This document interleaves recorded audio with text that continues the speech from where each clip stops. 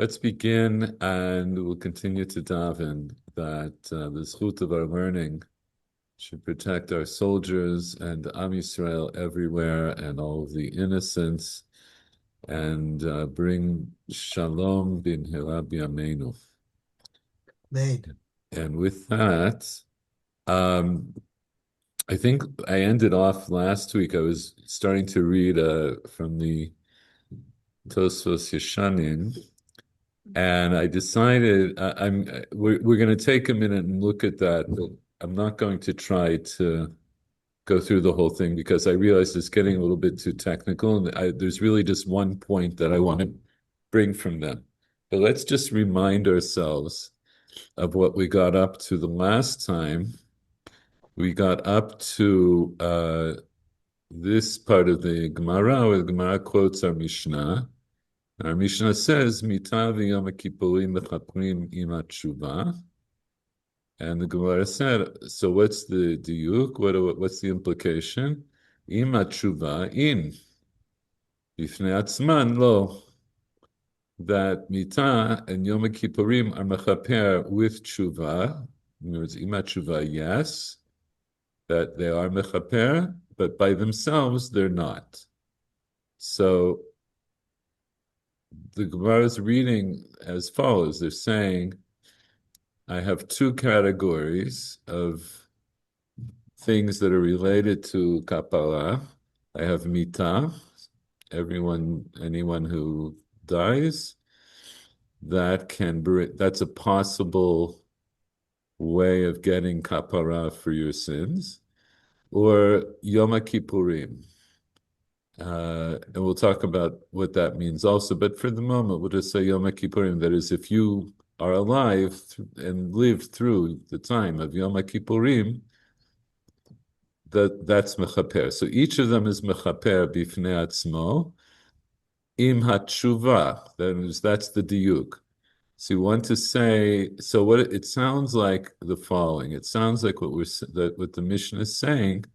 The Gemara wants to say the implication of the Mishnah is that Mita by itself and Yom Kippurim by itself is not enough to bring kapara. So each of them are maybe necessary, but they're not sufficient. So what makes them sufficient? It makes them sufficient if you also did tshuva. So if you did tshuva and then you died, or if you did tshuva and then you lived through Yom Kippurim. So what was the kasha? We said, Nema deloka Rabbi. So let's say that's not like Rabbi. Because why? Because Titania, because we learned in a Braita that Rabbi says, Al kol averot shabatorah, ben asat tshuva, ben lo asat tshuva, Yom Kippurim mechaper, chutz mei moporek ol, migale panim batorah, mefer brit basar. Right? That Rebbe says, no, actually, Yom Kippurim, bifnei atzmo, just by itself, is mechaper, whether you did tshuva or not. Except for these three particular averot, Shimasat Tshuva Yom Kippurim Mechaper, V'Moasat Tshuva Yom Kippurim Mechaper. Right? That for those three, you need to do tshuva and have Yom Kippurim. But for every other Avera b'Torah, Yom Kippurim is mechaper without tshuva. So when the Gemara says Neima delo Rabbi, so it's saying, let's say that our Mishnah does not agree with Rabbi. Our Mishnah doesn't go like Rabbi. What difference does it make to us if our Mishnah is like Rabbi or not like Rabbi? Like, why should I care?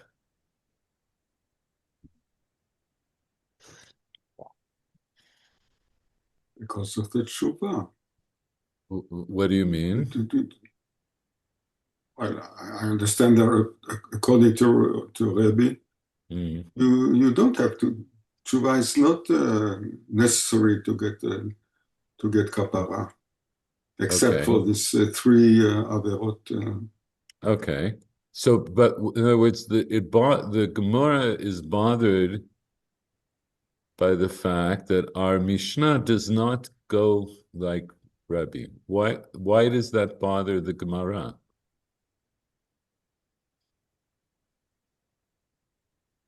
Maybe the Rebbe has a different understanding. He has a different understanding of the Mishnah.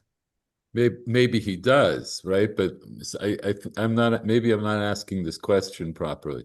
In other words, we know Mishnah itself, Shelo Ledaber Gemara, is full of machloket. There are all kinds of disagreements. So, of course, not every Mishnah is going to go like every Tana. So why is it even a question that why don't we just say, okay, our Mishnah says this and Rebbe says that, and they don't agree, and Gamarnu. Why should it be that the Gemara wants to somehow make it that Rebbe agrees with our Mishnah? Why does it bother them? Why does it bother? Do you understand my question? Yeah, does it have to do specifically with Rebbe or any Tana? Because it says all the time that it compares it to another Tana. Okay, so first of all, this is a good question. In other words, is this something the Gemara would ask about any Tana other than Rabbi? And what would be the argument to say that it's really a question regarding Rabbi Yehuda Nasi? Why is it particularly difficult if the Mishnah doesn't go like Rabbi Yehuda Nasi? Because he's Rebbe, And he was because put it together. he wrote it down. Right, so he was the Orech HaGadol, he was the redactor of the Mishnah. So we could understand that maybe the Gemara is bothered by the fact that Rebbe, how would it be that Rebbe himself, when he's redacting the Mishnah, he excludes himself, he excludes his daya. Now, there are other places actually where that happens. We're not going to try to examine them all. It's kind of a secondary question, but I wanted to point it out. But we understand from the way the Gemara asks the question, Nema de lo Rebbe, which we said last time, it's the structure of the question is, let's say that our Mishnah is not like Rebbe, because we're going to find a terutz to say, no, our Mishnah can also be read according to Rebbe. That's going to be our conclusion. We're going to be able to read Rebbe's understanding into our Mishnah. Now, the other question I wanted, before we go on, the other question I want to take care of, which we kind of keep glossing over, and I'm saying it out loud in a kind of a particular way. What does it mean that Yom Kippurim is mechaper? How do you understand that Yom Kippurim is mechaper? Just the passing of Yom Kippur. Okay, so the simple understanding would be, even if I don't do anything, even if I don't observe Yom Kippurim, but I just am alive during the time of Yom Kippurim, it's also mechaper. That just the day itself, the living, experiencing and living through the time that is Yom Kippurim, that's enough to give me kapara. And if I apply that now to Rabbi, then that's what Rabbi would be saying. Like you don't have to do tshuva. All you have to do is be alive during Yom Kippurim, and you get kapara. So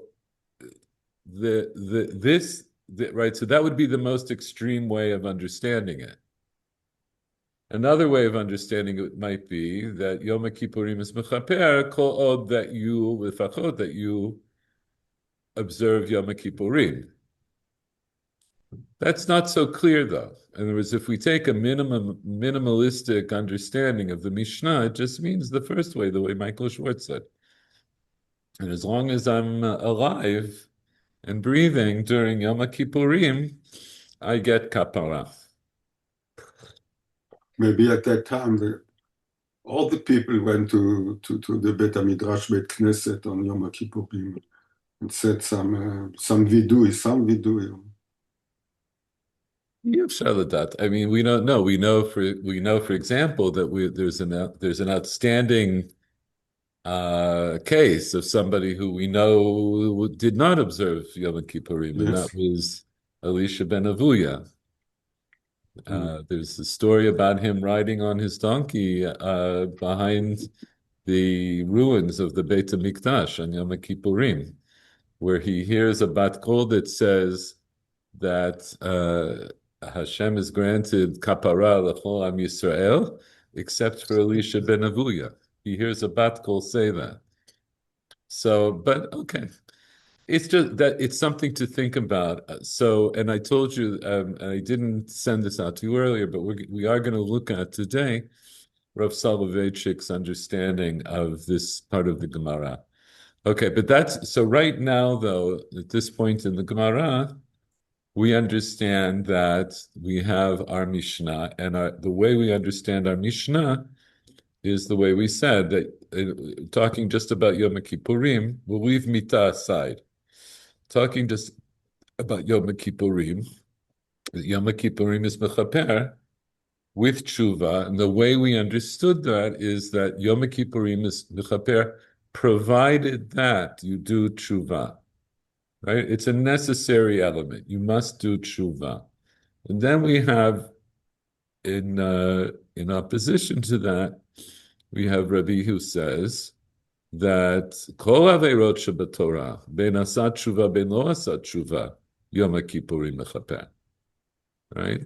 You don't have to This do. is a Braita, so it was not written down by Rabbi Bar Yehuda Nasi. It So was it's no. another. I think so. No, I think the Braita didn't. Yes, you're correct. The Braitot were written down by Talmidim of Rabbi Yehuda Nasi. Uh-huh. The Braitot were written by his Talmidim. Some of them were his Talmidei Chaver, like they were his contemporaries and colleagues, and some of them were his students. So there are additions, They're additions. things which Yehuda Nasi left out. Right, exactly, right. But So they were known, but he left them out. He thought he couldn't include everything. Right. Our understanding is that he purposely didn't include everything, that he wanted to have something more succinct, more brief. Okay. But the other ones were written down to a large extent, right? To a great extent, and they were put into different collections. And then some Braitot were not put into special collections. But let's say, you have the Tosefta, which are like Tosefta, they're Hosafot to the Mishnah, and they're written they were put down in the same order as the Mishnah. And then you have the Midrashei Halacha on Shmot and Vayikra and Bamidbar and Dvarim. You have the Midrashei Halacha. And then we also have Braitot that people knew. They had some kind of an oral tradition that they knew. So when you don't find a Braita any other place, so it means it was another Braita that didn't necessarily come into a collection, but it was memorized and passed down. Okay, but this is what we have. So the Gemara, but we understand, as we said, from the way the Gemara sets this up, the Gemara would like to be able to read Rebbe into the Mishnah itself. We would like to have them agree. The other thing I wanted to say, so Michael Schwartz said the first thing, that maybe it's because, or he alluded at least to this concept, that maybe the Gemara in particular wants Rebbe to be able to be read into the Mishnah, because after all, he was the redactor of the Mishnah. But the other thing is, which sounds, maybe counterintuitive, but I'm pretty sure we've spoken about in the past, uh, one way or the other, despite all of the machloket, the Gemara, in principle, is always striving to minimize machloket. Right? That's really the Gemara in throughout the Gemara. It's always it brings machloket with the specific intent of trying to find a common ground whenever possible. It's not always possible, but that is the aspiration, the she'ifa of the Gemara. Okay, so Gemara answers and says, "Afilu teima Rebbe." Even if you say that our Mishnah goes like Rebbe, in other words, I could even read our Mishnah like Rebbe. So then, how do I read our Mishnah? Tshuva baya Yoma Kippurim. Yoma Kippurim lo baya tshuva. This would be my understanding then. If I'm reading our Mishnah, I would say, okay, tshuva needs Yoma Kippurim. The Yom Kippurim does not need tshuva. So first, let's understand what each of the lines mean. So what does it mean that tshuva needs Yom Kippurim? Tshuva by itself doesn't make appear until Yom Kippur passes. Right, very good. So if you're a person who does tshuva, according to this understanding, which we're now attributing to Rebbe, he would say that if you do tshuva, then you'll get kapara if you go through Yom Kippurim. But what does it mean, Yom Kippurim lo bayat tshuva? So Yom Kippurim by itself, mekaperet. It doesn't. One doesn't have to do tshuva specifically. Right, you won't have to do tshuva. So then, if I go, so this is the answer of the Gemara to say that I could read our Mishnah also like Rebbe.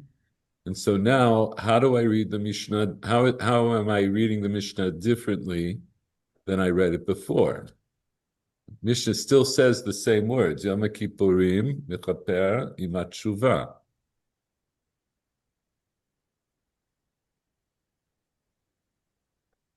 So if one does tshuva, it's not enough. You have to wait for Yom Kippur. But if one doesn't do tshuva, the passing of Yom Kippur does it anyway. The passing of Yom Kippurim will do it anyway. So now what we understand is instead of reading the Mishnah, Yom Kippurim is mechaper, provided that you do tshuva. That's not how we'll read the Mishnah according to Rebbe. We're going to say Yom Kippurim is mechaper along with your tshuva if you did tshuva. That is, if you did tshuva, you need Yom Kippurim.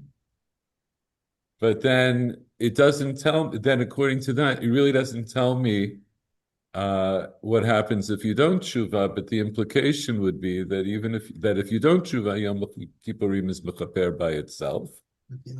And how would I get that? Because okay, so now we can go back and say what it's. This is the point of having. So in the end, you don't need tshuva. According to Rebbe, you don't. According to Rebbe, you don't. So just to finish off this understanding of reading, so I think we mentioned this also last time, but let's just say, how do I legitimate this reading besides trying to fit Rebbe in? Because I could say, look, mitah, according to the Mishnah, mitah is mechaper im hatshuva. But in the case of mitah, it must be that you did tshuva beforehand, right? You can't do tshuva after. Lo ametim yahaluka, right? So you had to do tshuva beforehand. So Yom Kippurim would be then, if I could say it's like mitah, just like mitah is mechaper, provided you did tshuva beforehand. So that's also true that the tshuva that you did beforehand will bring you kapara in Yom Kippurim. But what about so what does that prove? It proves what the Gemara said, that tshuva needs Yom Kippurim. But the implication is that without tshuva, I could do it just with Yom Kippurim itself. Okay, so that's the way we're reading now the Gemara. Uh, but of course, okay, so we asked the question though. Okay, now Beseder Bonagid that we accept this reading. We understand that Rebbe can read our Mishnah, but we understand that in principle, Rebbe disagrees with the Mishnah. In other words, the Mishnah can be read now in two ways. It could be read according to presumably the Rabbanan, because it's a Stam Mishnah.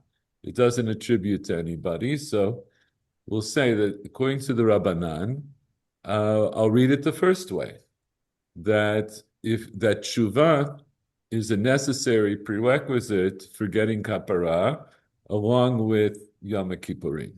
But I can also read it like Rebbe, who says that no, if you did tshuva beforehand, then Yom Kippurim is bechaper. But if you didn't do tshuva beforehand, Yom Kippurim is anyway bechaper. The Chachamim presumably disagree with that. Right? We understand now there's a machloket that's implied between Rebbe and the Chachamim, Rebbe and the Rabbanan. And okay, so we want to know. So now we just, we're Pashut Yidden. We want to understand what's really the basis for Rebbe's understanding. How does Rebbe really understand the way he understands? How could it be that you can get kapara without doing tshuva?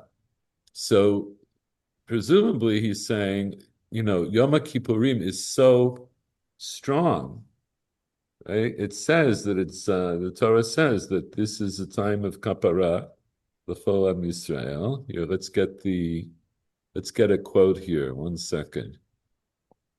What are we basing this on altogether? Is from to go way back to the beginning of Achremot. Let me change the screen.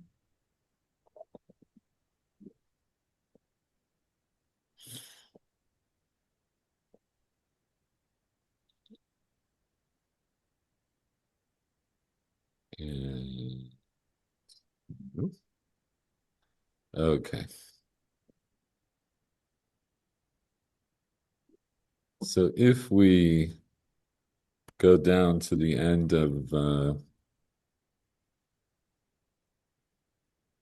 parsha,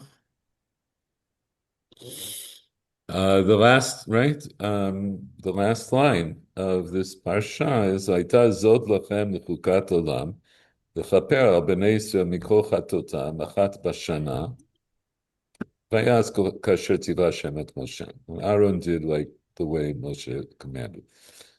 So it sounds like, and also remember, it doesn't say anywhere in Achremot, it doesn't talk about doing tshuva, right? What does it talk about? That you have to bring, that Kohen first has to bring a korban chatat and ayil mishalo, and then he has to bring a chatat and the shnei sirim for Adat Yisrael. So we do know this. We know that when you bring a chatat, you have to do a vidui, which is one of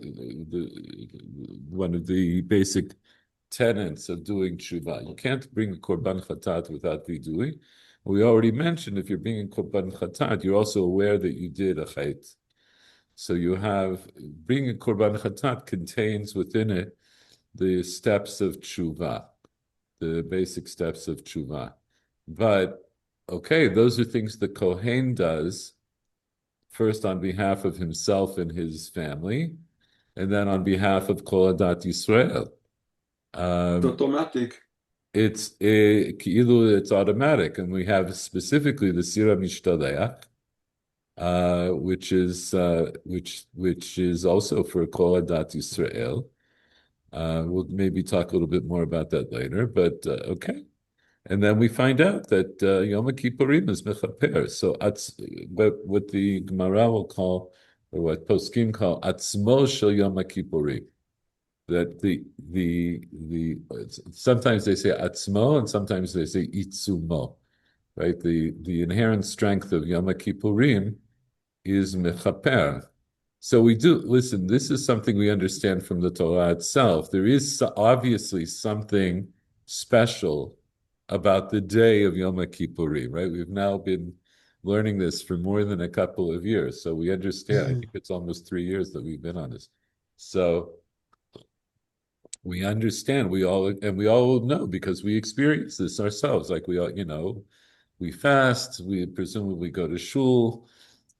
We do all these and we do all these viduyim. In other words, we understand that aside from that, we understand that we do that on a particular day because this is mandated by the Torah. There's something special about this calendar day that is going to be necessary for kapara, but that ultimately that will be the result. The kapara is going to be a result of all of that. So it's not the day which brings the kapara. It is the korban. But since there is no more korban, so but it's still because of the korban which the Kohen Gadol brought on Yom Kippur that there is kapara. well, the thing is, it could be. Okay. Actually, let me make sure I understand what you're saying. What you're saying is, so if I read Achremot, I read this parasha. As far as I know, I need the korbanot that are going to be brought in order to get kapara. This is a question, and it's not so pashut. Why? Because here, let's go back a little bit. In Pasuk Lamed, it says, Ki vayom hazeh yechaper aleichem l'taher etchem, mikol chatotechem lifnei Hashem titaru. It Okay, says, on this doesn't day. mention the korban. Yeah. It doesn't mention the korban. And Mm. then it says again, "V'chiper hakohen asher yimshach oto v'shem yado kohen tachat aviv avashet bigdei habad bigdei hakodesh," that the kohen brings kapara. V'chiper et mikdash hakodesh v'et ohel moed. In other words, he will bring kapara to the mikdash itself. V'et hamizbeach v'chiper. Ve'al kohanim ve'al kol am hakahal yichaper. He will also bring kapara for everybody else, but that's said after the pasuk that just says that the day that says the day itself, and then it finally ends off. So I could say that the pasuk lamidal is a summary that all of these things together bring kapara. But I could argue that the Torah itself does distinguish that there are things that the Kohen does to bring kapara, and there are things that just because of the day that you get kapara. And I think we're going to have... In this case, the korban is not necessary. Okay, so this question of the korban and why... of course, the question that you're bringing up now, and I think you brought up also before, is Zekol Tov Yafeh. I'm rephrasing it, but it's like Zekol Tov Yafeh. But if we get kapara now, so why did we need all the korbanot back then? נכון, Right? מסכנים. מסכנים כל ה... נכון. טוב, אנחנו לא טבעוניים בכל מקרה, but הבת still. שלי כן. אני לא לגמרי, אבל אני כמעט ולא אוכל בשר, אבל בסדר, נשים את זה בצד. No, and I think we're going to have to go back and learn these psukim again to understand this better. What we understand is that we understand that Chazal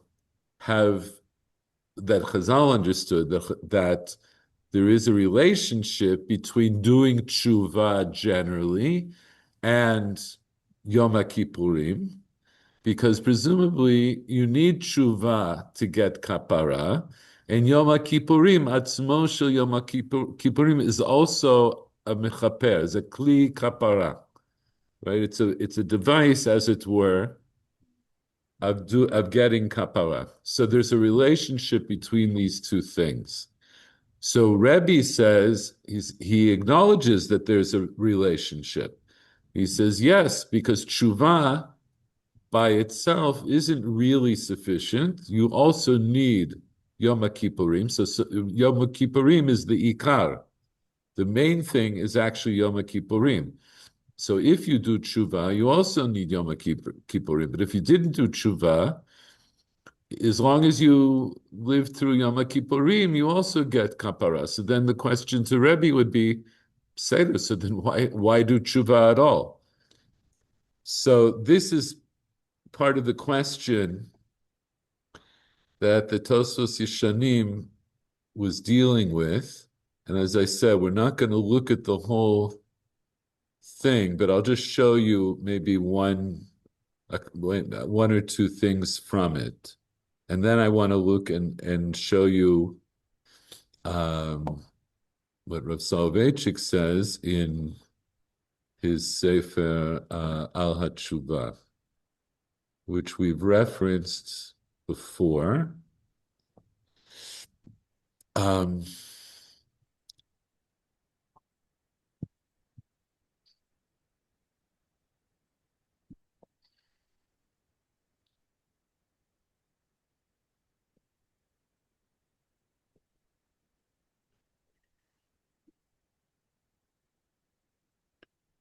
I'm going to, the first few lines, I'm just going to summarize the main point. The main point that Tosfos is concerned with is the language of the Mishnah is Mita v'Yom Kippurim mechaprim im hatshuva, and so it sounds like what we're saying, according to Rebbe, according to the Chachamim, that you really need both, right? But according to Rebbe, the main thing, the ikar, is Yom Kippurim. So the im hatshuva, it makes the tshuva secondary. So Tosfos is bothered in a sense because of the language, because we have this language elsewhere where X, im, Y, equals something.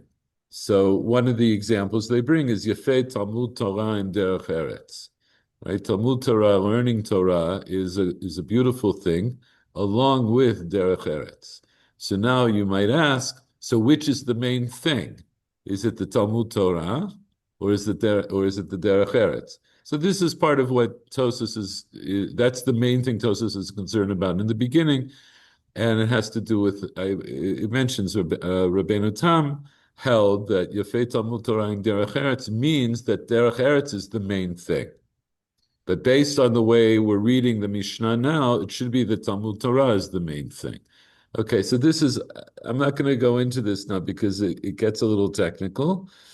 But I'm bringing that part up just so that you're aware that Tosfos was concerned, Tosfos was being very medayek here, that now that I've, as it were, reread the Mishnah according to Rebbe, this is going to be the implication of this structure, X, im, Y, that the X is going to be the main thing. All right.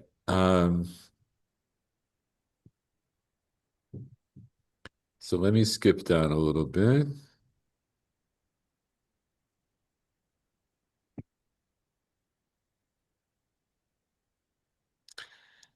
I'm going to skip down to this part here. It says, Od yesh lomar, in addition to this discussion earlier, Rabbi nami tzarich tshuva lekapara gemura.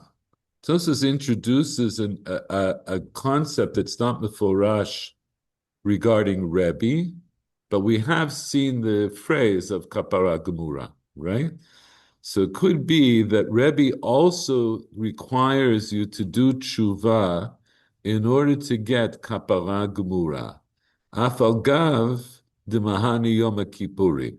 Even though Yom Kippurim is effective, Lema'et mikaret, to exclude from karet. In other words, Yom Kippurim is effective in giving you kapara to some degree. It'll exclude you maybe from karet. Mikol makom, but nonetheless, kapara gemura below tshuva leka.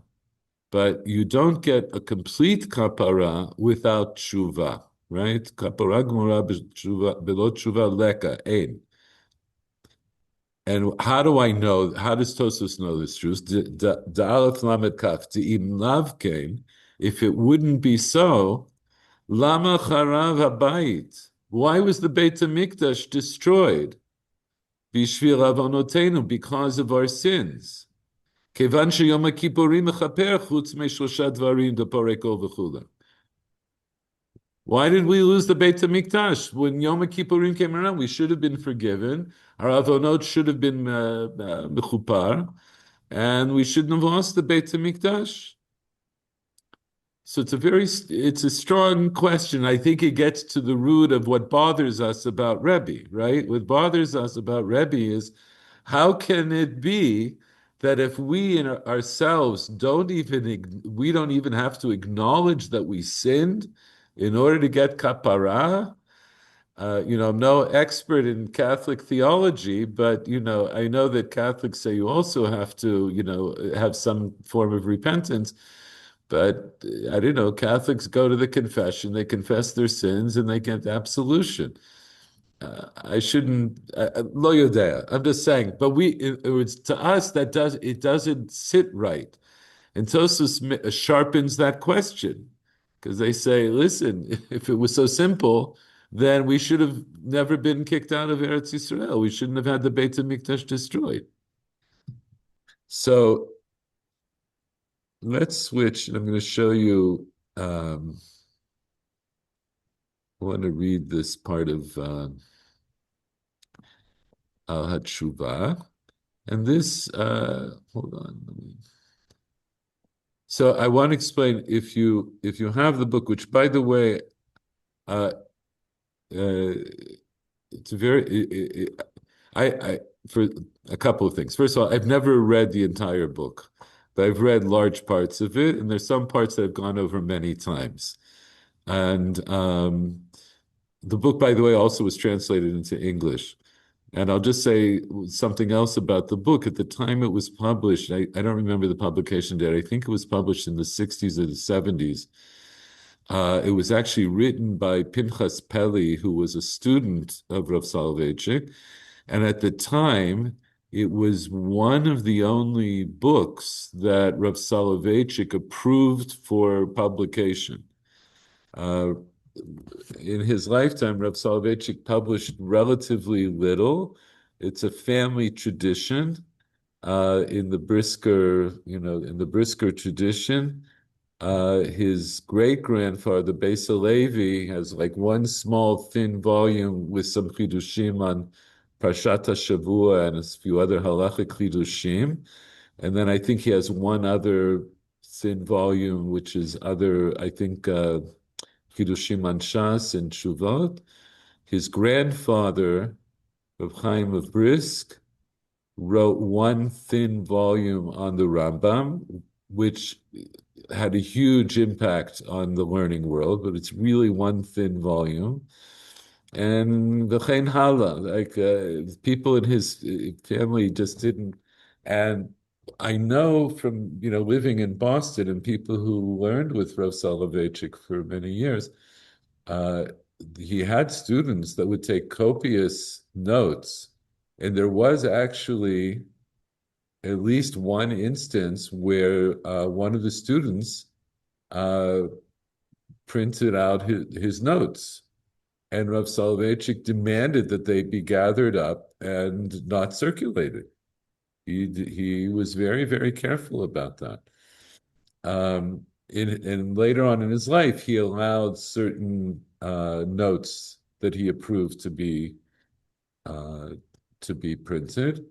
And this was what I say early. This was relatively early because I think this was from the 60s or the 70s. And Pinchas Peli got his permission, got Rav Soloveitchik's permission to print this book, which was based on notes that he took from shiurim that Rav Soloveitchik gave about tshuva. So I'm just pointing that out. So it's that in itself is kind of interesting. Um, the other thing I'll tell you is what we're going to read now. This is part of a longer chapter, but I decided we don't have to go through the whole chapter. Some of it we'll probably touch on later, um, but maybe we'll just get right into it here. Uh, until now, here as an introduction, though, to what we're going to learn, besides what we've already learned in the Gemara, let's take a quick look at at Hilchot Tshuva of the Rambam, and I'll point out one of the main themes that is the subject of this particular chapter.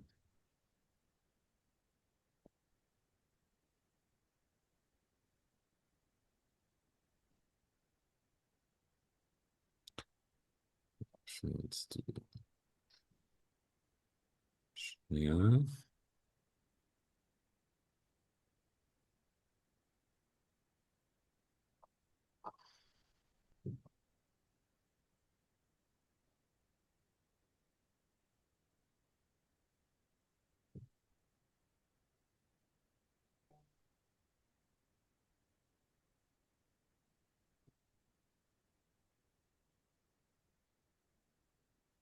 Okay, so we've read some of this recently, so we're going to skip a little, and let's read from um,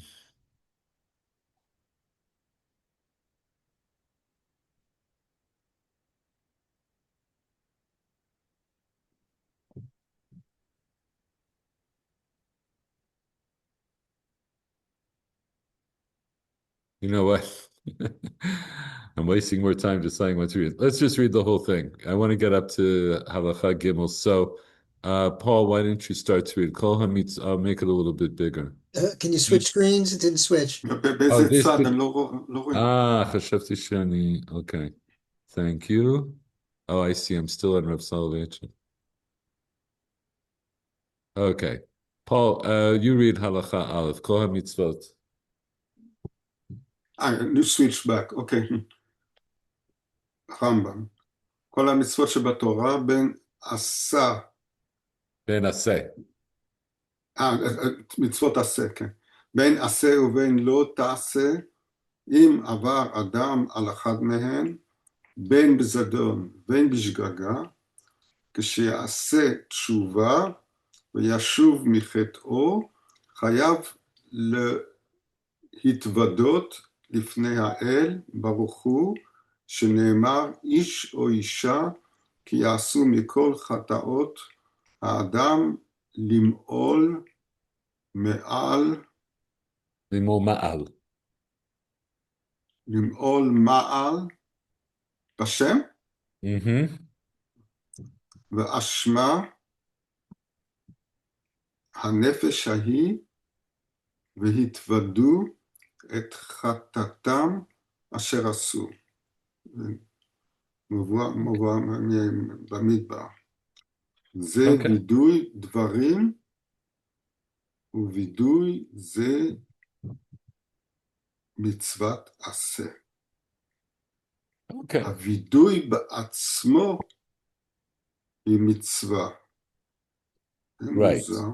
זה מוזר. No, זה לא מוזר. I mean, actually here, if we were to just to understand the Rambam as is his introduction to Hilchot Tshuva, right? His introduction, he always brings if it's a mitzvah min Torah, he brings what mitzvah or mitzvot he's going to discuss. And here in Hilchot Tshuva, mitzvah to say achat. There's one mitzvah to say. V'hi sheyashuv hachotem michato lifnei Hashem v'yitvadeh. ובאור מצווה זו ועיקרים נגררים עמה בגללה בפרקים אלה. Right? So he says there's a mitzvah of doing tshuva, and you have to be mitvadeh. That is, when what we understand from the first halacha that you just read is that the Torah explicitly says that when right Yisho Isha ki yasu mikol chotot adam limomah b'Hashem, or if you did some kind of infraction against God and you're guilty, then those people who are guilty have to confess their sins. So in the next part, here, continue reading on more. Ketzad mitvadeh. כיצד מתוודה? אומר, אנא השם, חטאתי, עוויתי, פשעתי, לפניך ועשיתי כך וכך. והרי ניחמתי ובושתי במעשיי, ולעולם איני חוזר לדבר הזה. זה התשובה. זהו עיקרו של וידוי, וכל המרבה להתוודות ומעריך בעניין זה, הרי זה משובח. Okay, so the Rambam explains that this vidui contains these elements. So as we've discussed before, if we look at the structure, as it were, that the Rambam is laying out, there are 4 points, there are 4 stages of doing tshuva. The first one would be hakarat chet, which the Rambam doesn't say with those words, but he does say kishiaset tshuva yashuv mechato. Right? So if somebody is doing tshuva, meaning that they've recognized that they've sinned, and they want to return to Hashem, then this is the process. So the first thing is hakarat chet. The second thing is the vidui. So what's the vidui? You could also say in the vidui itself, Ana Shem Chatati Aviti Pashati, that's all general. So that's the hakarat chet. Vasiti kach v'kach, that's peruta chet. You have to say exactly what it is that you did. Then harei nichamti uboshti b'masai, I regret and I'm ashamed of what I did. So you have to also be mitnachem, you have to regret that you sinned. And olam eini chozer ledavar zeh, right? And zeh kabbalah latid. I'm not going to do it again. Those are the 4 elements of tshuva. And so when the Rambam says you have to do vidui dvarim, so he says this is how you do the vidui. The vidui contains all these 4 elements. Okay, Michael, why don't you read a little bit further? V'chein.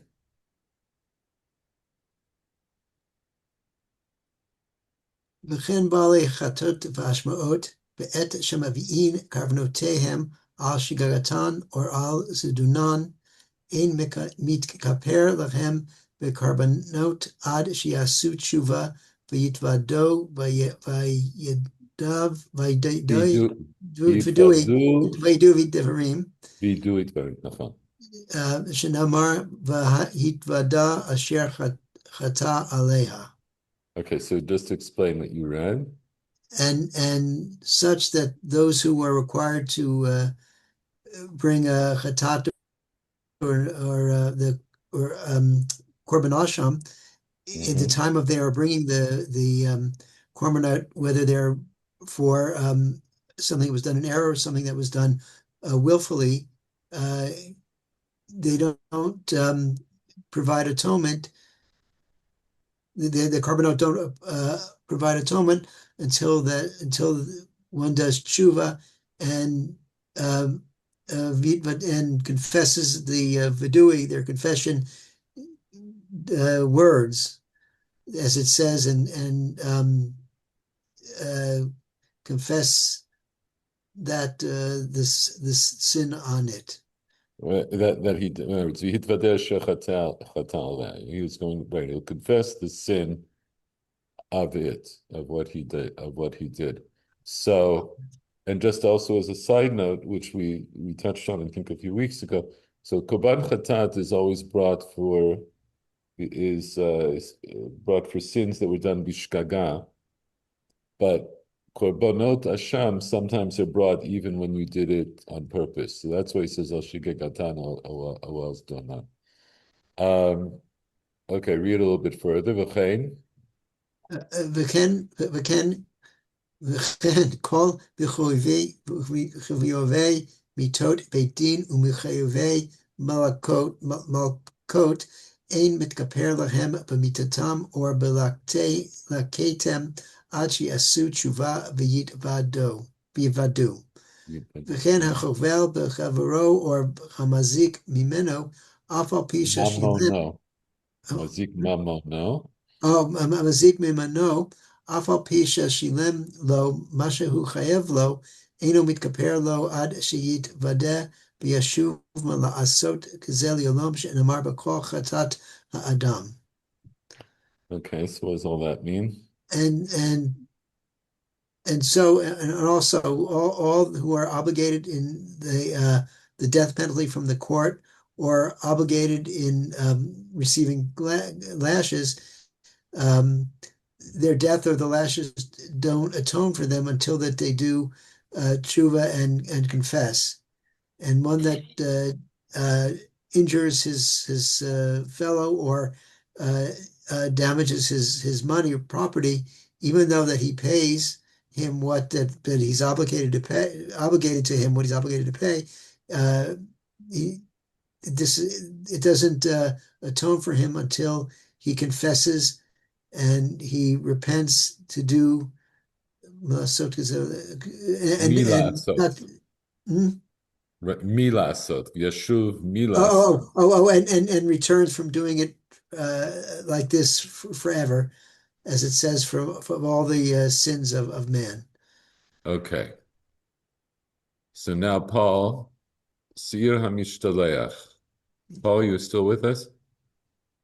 Huh? Yes, Seir HaMishtaleach. That's a complicated thing. Okay, but that's what we're up to. Seir HaMishtaleach. Never really understood it. Mm-hmm. Well, hopefully we'll understand. We're not going to understand it completely tonight, but I think we'll get a better understanding of it. But let's read this part. Seir HaMishtaleach. Seir המשתלח, מעניין, לפי שהוא כפרה לכל ישראל, כהן גדול מתוודה עליו, על לשון כל ישראל, שנאמר והתוודה עליו את כל עוונות בני ישראל. Okay, so just explain that. The Seir. Okay, yeah, so the Seir How do you call HaMishtaleach. him in English?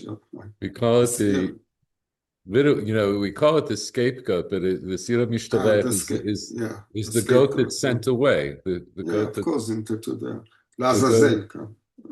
Right? The seer that's sent away, the goat that's sent away. The fishu kapara b'chol Yisrael. As he is an atonement for all of Israel, the great priest does on him when he does atonement on the Seir, he uses the language Kol Israel. When he confesses, in other words, going gadol mitvadeh alav, he confesses on it. He confesses alav, and he uses the expression Kol Israel. Mm-hmm. Very good. As we read, and he's the Kohen Gadol, yes, and he confesses on him or through him all the avonot all the avonot shel bnei Israel. Okay, so now it's not exactly the same. What's not the same as what? On one hand, he says he confesses for all of Israel. And Okay. afterwards, he says he confesses for all the avonot of Bnei Israel. Oh, so wait. So first, yeah, here, let's understand that. No, no, no. Here, but here, you're right to be medayek. We want to be very careful here. So this is the sir. So first of all, sir mishalech afishu kapara lechol Yisrael. So this is in contrast to the previous halacha. In the previous halacha, we were really talking about individuals. And what are the individuals? So the Rambam has them in different categories. People have to bring korbanot chatat or asham, or people who are chayav mitat beit din or malkot, and chovel b'chavero. But all of these are individuals. They're all individuals. And now, sira mishtaleach, lefishu kapara lechol Yisrael. So this is in contrast to all these other categories. Sira mishtaleach brings kapara to everybody. So because of that, Kohen Gadol mitvadeh alav al lashon kol Yisrael. As you said, he'll use the language of all Yisrael. Shenema mitvadeh alav et kol avonot bnei Yisrael. Right. So this is yeah. בין אם זה בשגגה, בין אם זה, לא משנה באיזה קטגוריה שלה, איזה סוג של עוון מדובר. Okay, so this is the lesson. So we said there's nothing, we didn't see any particular inyan of tshuva in Parshat Achrei Mot, but now we understand there is an inyan of tshuva, because now we understand that the vidui that the Torah is talking about, that's the tshuva. But here the tshuva is on the Sira Mishtaleach. This is not the vidui of the persons, it's the vidui of the Kohen Gadol. Exactly. So, hold on a second. Right, because all of the korbanot that are going to be brought by the Kohen Gadol on Yom Kippurim, all of them are really what? They're all korbanot tzibur. They're all korbanot that belong to the entire public, to the entire community. Right? V'samach Aaron et shtei yadav al rosh hasiyachai v'yitvada alav et kol avonot b'nei Yisrael ואת כל פשעיהם לכל חטאותם, ונתן אותם על ראש השעיר ושילח ביד איש איתי המדברה. Okay, so now, wait a second. So when we get to this inyan in the Rambam of the Siyam Mishtaleach, so understand that there is an aspect of tshuva, but it's not individuals' tshuva. The Rambam says, look, according to the Rambam, every individual, for whatever sin they did, they have to do their own tshuva. שזה לא קשור ליום הכיפורים בינתיים, right? Rambam has right, but he writes at the time that there is no more high priest. So. No, don't say that. Okay, say that. So he don't give him a chance. He just started. Believe me, he talks about it. But he's laying out, he begins by laying out the way he understands that the Torah presents this inyan of tshuva. So he says there's an idea of doing tshuva that anytime you see as an individual, im avar adam alachat mehem. So it's talking about, it seems to be talking about the individual. And then he brings all these categories of individuals who have different chiyuvim and hitchayvuyot, and they all have to do vidui before they can get their kapara. Then he brings the sira mishtaleach, and he says that's a kapara l'chol Yisrael. He hasn't yet explained. He's just introducing the concept. He hasn't yet explained what that means. What does that mean, kapara l'chol Yisrael? After all, he just said that in order to get kapara, each of you as an individual have to get your own kapara. So what does the Torah accomplish at all with Sira Mishtaleach? What does it help? I'll read the next part. Sira Mishtaleach mechaper al kol averot shebatorah, kalot v'chamurot, בין שעבר בזדון, בין שעבר בשגגה, בין שהודה לו, בין שלא הודה לו, הכל מתכפר בסעיר המשתלח.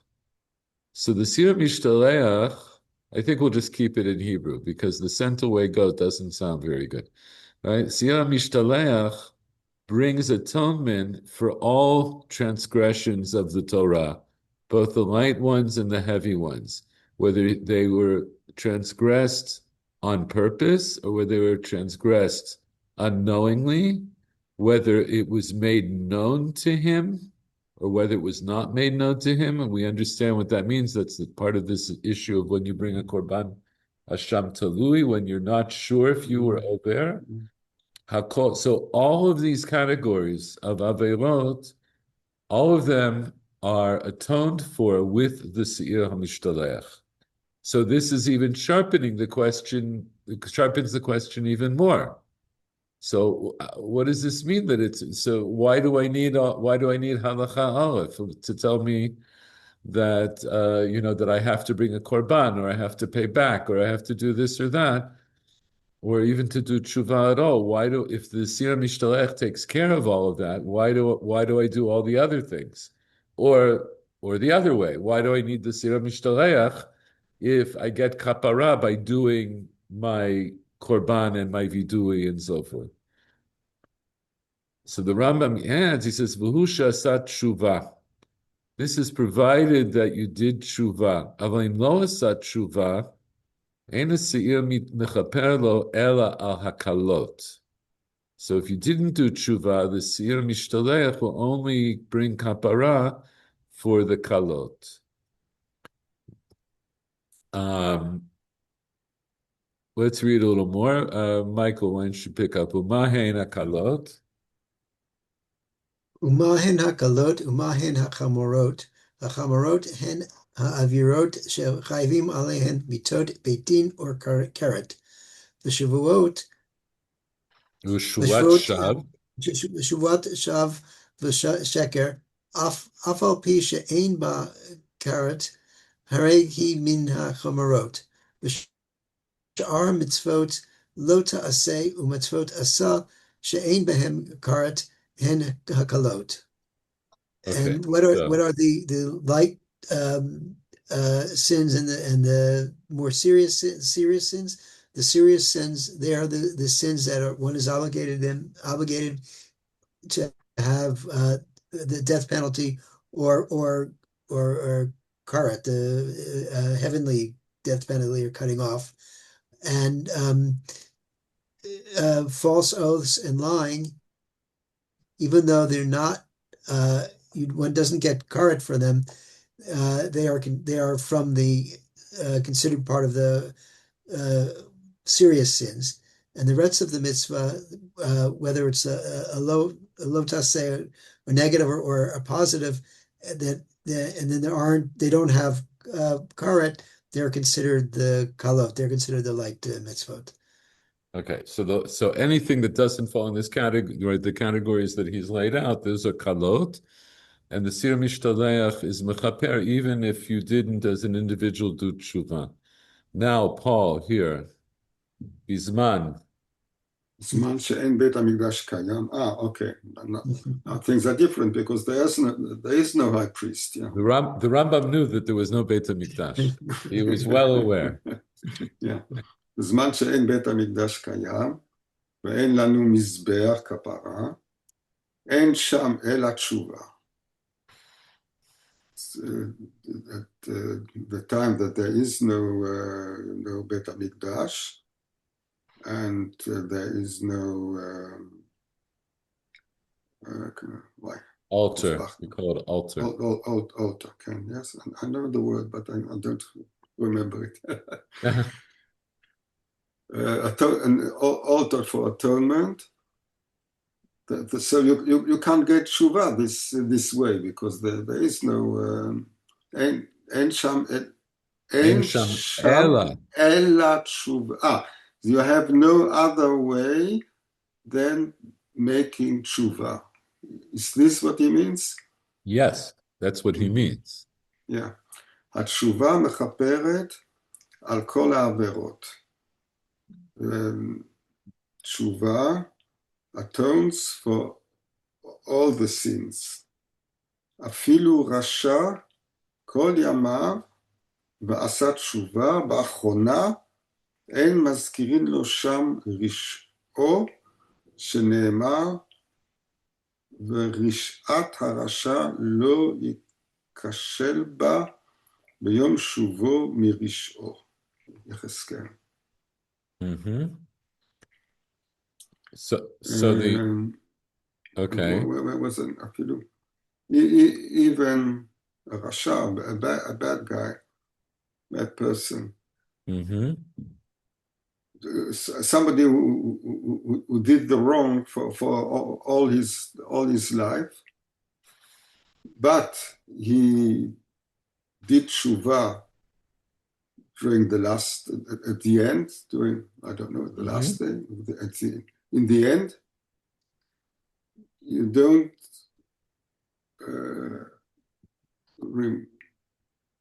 don't remind him Shem Rish'o. You don't remind all the wrong he did, all the bad deeds he did. Shenema, as it is, as quote, yes. ורשעת הרשע לא ייכשל בה, and the wrongdoings of the wrongmaker. Yes.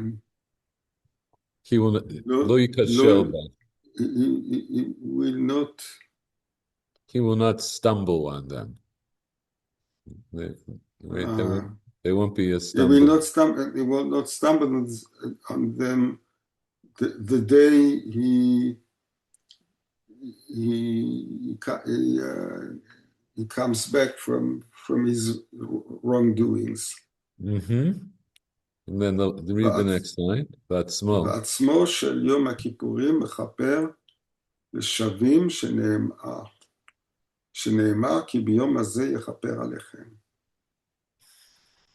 And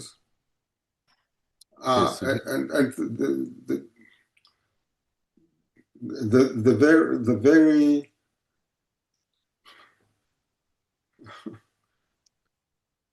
the very fact that you pass Yom Kippurim atones for all those who did tshuva, שנאמר, during this day, כי ביום הזה יכפר, הקדוש ברוך הוא, at this day, at Yom Kippurim, the Yom Kippurim itself atones for you. Yes, right. But so what happens with the tshuva? So he says, "Atzmo shel Yom Kippurim mechaper lashavim." Lashavim. According to but so we see that's the Rambam. What he says, but it doesn't quote it from somewhere. That's right, what so he says. What does he get from this pasuk? He wants to say Atzmo shel Yom Kippurim mechaper, that the day itself, the very day itself, atones. It atones, and it's based lashavim. So it's not enough. It's not enough. You need the tshuva. You still need the tshuva. Ki b'yom hazeh. But in the quote he brings, there's no tshuva. No, but here. But the Rambam, just like Chazal, he's relying on, hold on a second. He's relying on the context of the quote. Okay. And I believe what he's saying is he's relying on the fact that earlier, you know what? I'm not going to try to answer that. Let's leave that as a question. How does the question is, how does the Rambam know? I understand tells me something about Atzmo Shel Yom Kippurim, that on this day, It's the day Yichaper by alechem. itself, the day by itself which does the So, atonement. and so the question is, how does the Rambam know that it's only mechaper if you did tshuva? Yeah. That Okay, we that's our still have that that was the question. that yeah no I'm saying that's your question, right? So Mm, this is the question that we have. So we have a few questions. We have a question. So we saw how the Rambam lays out what the process of tshuva is. There's a four-step process. Then he says mm, anybody who did essentially any kind of aveira, even whether it's something that they had to bring a korban for, or the chayav mitat beitin, or they have to pay back somebody, any mm, person who did an aveira, they can do that part of the process of, let's say, bringing a korban or paying pitsuyin to somebody, paying reparations to somebody, but they still won't get kapara until they do tshuva. Sure, sure. So, okay, so he lays all that out. So he lays out the chiyuv that every individual has a responsibility and a chiyuv to do tshuva in order to get kapara. And then he And this is because introduces, there is no more high priest to come do no, the that's, korban. he says that before he gets to the question of Bisman Hazeh. This is something Mm, that was always true, right? Because he doesn't bring up the inyan of the high priest until after he talks about Sira Mishtaleach. So first he lays out the way the Torah says everybody has to has to do tshuva, and if you bring a korban, whether you bring a korban or whether you have to do this, whatever, or you're chayav a punishment from Beit Din. So if it was in the time when you could bring a korban or you have to get a punishment from Beit Din, so Beseder, you would do that, but you would still have to do tshuva. And then he introduces the Sira Mishtaleach, and he says the Sira Mishtaleach is brings kapara lekol Yisrael, but it will bring kapara for everybody for all their sins, provided they did tshuva. But people who didn't do tshuva, it'll still bring kapara for their averot kalot. And then mm, he defines what averot kalot are. And then he talks about, okay, nowadays we don't have korbanot, we don't have sira mishtaleach, we don't have punishments from Beit Din. So the only thing we have to bring us kapara is tshuva, right? But then he also qualifies that. Right? Because he says, "Bizman shein bein hamikdash kayem ein lanu mizbeach kapara en sham eret tshuva." But he also says, "Va'atzmo shel Yom Kippurim mechaper l'shavim." mm. So he says, nowadays we only have tshuva, but he says we also have atzmo shel Yom Kippurim. So what does atzmo shel Yom Kippurim add that we didn't get from tshuva alone? Right? So that's not immediately clear. Um,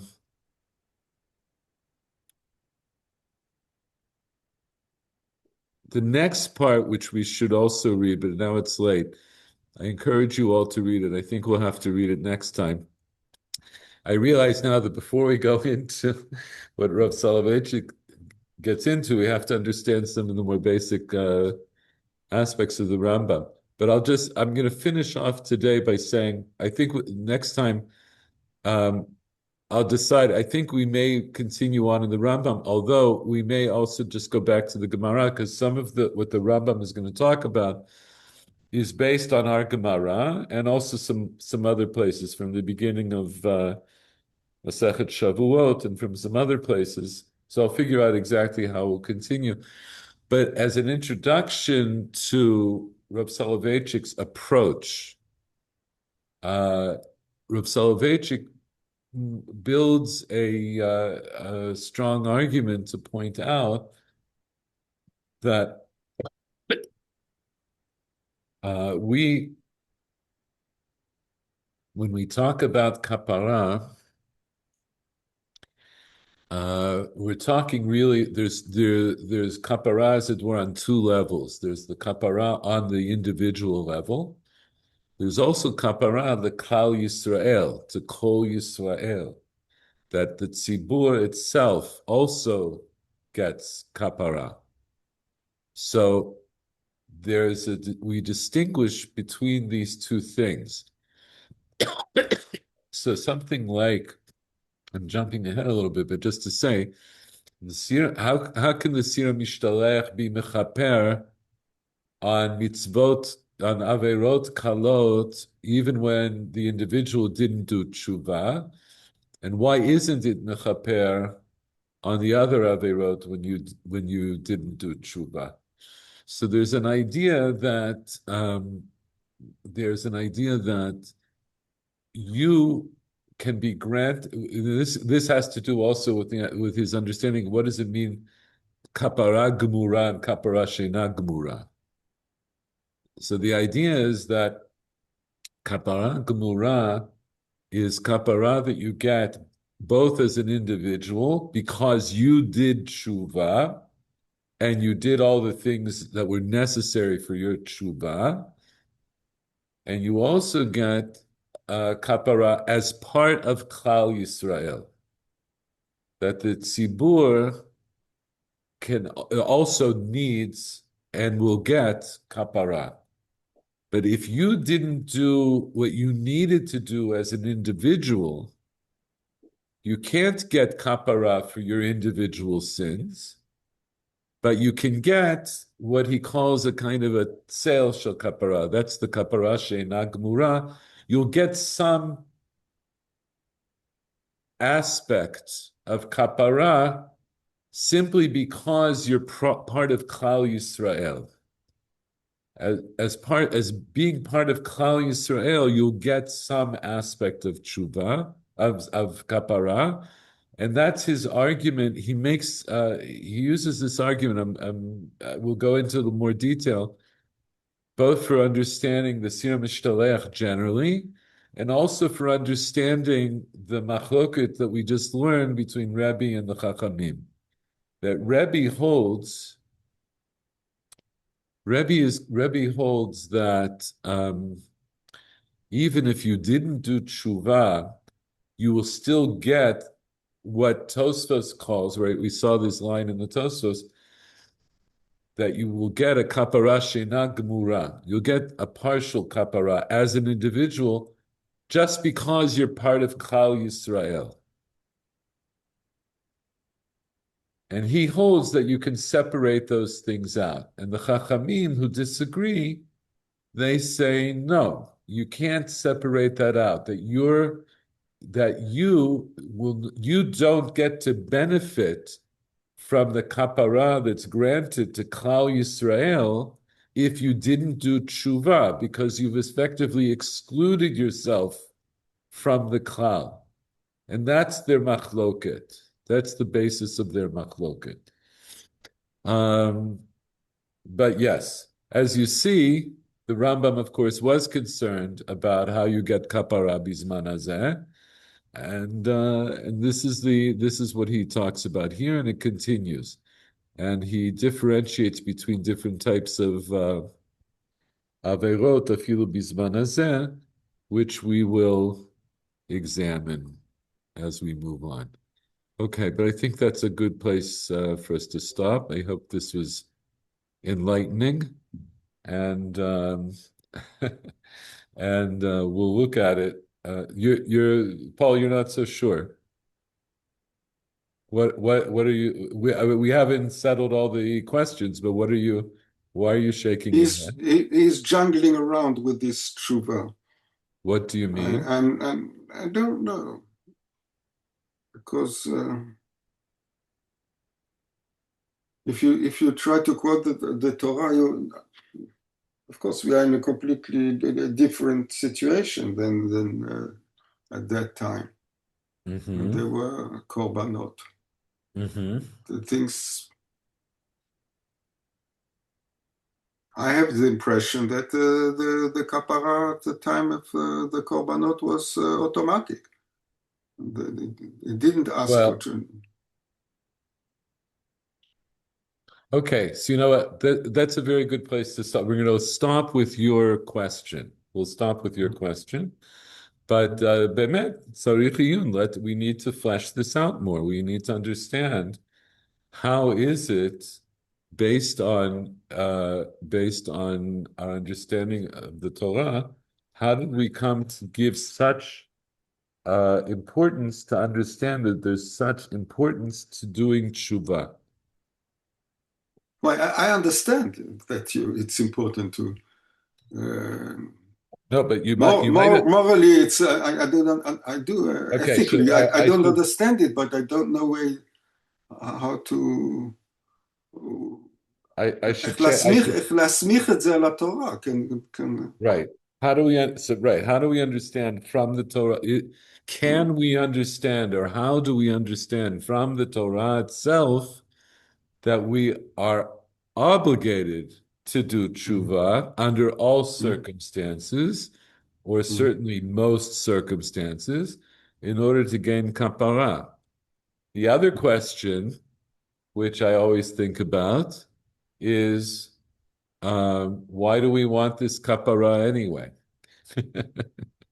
I know that we've all learned about tshuva over the years, but I think it bears speaking about, right? That here we're talking about ki b'yom hazeh yechaper aleichem, and I know that Yom Kippurim is mechaper. I know that I need various korbanot to get kapara. What does kapara mean exactly? What is it that I'm trying to accomplish by getting kapara? What does that Well, mean? if you are a Christian, if you don't have kapara, you go to hell. Okay, so Baruch but Hashem. I understand there is no hell for the Jews. Baruch Hashem, we're not Christians. Okay. Maybe I'll just leave it at that. Baruch, right? So, but yes, we want to know, why is this kapara so important? By the way, I mean, it's really not a laughing matter, because for hundreds of years, or maybe more than 1,000 years, in Christian Europe, this was a driving force that people fought and died over, right? That the whole point of the Inquisition, why was the Inquisition so harsh on people? Because they were worried about their immortal souls. And that really was an important thing. They wanted to know that you won't go to hell, and you won't bring other people down with you. That was like everybody lived just to die. Fortunately, we're not Christians, but we obviously here, we see from the Rambam, but not only from the Rambam, we see from the Torah itself that that we have this goal of getting kapara. Kapara is something very, very important. So we should it behooves us to understand what kapara is. What are we trying to do? Okay, good stuff. You know what? Maybe what I'll do though, I'll send out at least the pages that I showed you, that I copied from Al HaTshuva. I could send you out the whole chapter, but I'm not sure that that'll be necessary. I'll send this along with the email with the recording. Okay, thank you, everybody. Very good questions. Really good. And I'm not promising satisfactory answers, but we'll try. We night. do our best. יישר כוח. Thank you. Good night. Cool too. Bye bye.